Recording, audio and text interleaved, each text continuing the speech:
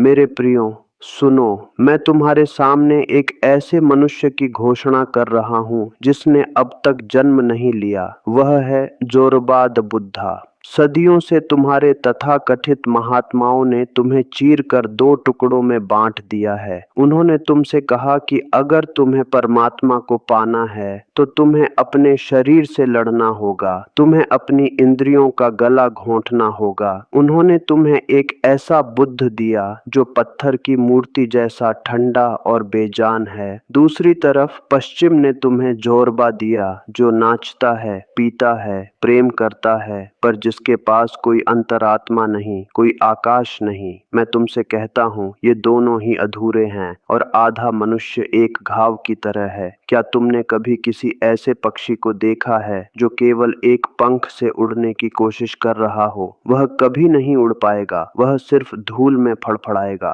मेरा सन्यासी वह पक्षी है जिसके पास दो पंख हैं। एक पंख झोरबा का है जो संसार के उत्सव, वासना और आनंद से भरा है, और दूसरा पंख बुद्ध का है जो परम मौन, साक्षी और जागरूकता से ओतप्रोत है। तुम डरो मत, जीवन के रस को वैसे ही पी जाओ जैसे कोई प्यासा मरुस्थल में पानी पीता है। जोरबा की तरह गाओ कि तुम्हारी आवाज सितारों को छू ले। जोरबा की तरह नाचो कि तुम्हारे पैर जमीन को झकझोर दें। लेकिन इसी तूफान के बीचों बीच बुद्ध की तरह शांत खड़े रहो। बाहर शोर हो, भीतर सन्नाटा हो, बाहर महफिल हो, भीतर तन्हाई हो। जब ये दोनों विपरीत ध्रुव एक साथ मिलते हैं तब तुम्हारे भीतर वह विस्फोट होता है जिसे स्वतंत्रता कहते हैं। त्याग कायरों के लिए है, मेरे लिए तो जीवन का पूर्ण स्वीकार ही एकमात्र धर्म है। तुम्हें मंदिर जाने की जरूरत नहीं अगर तुम अपने घर को ही मंदिर बना सको।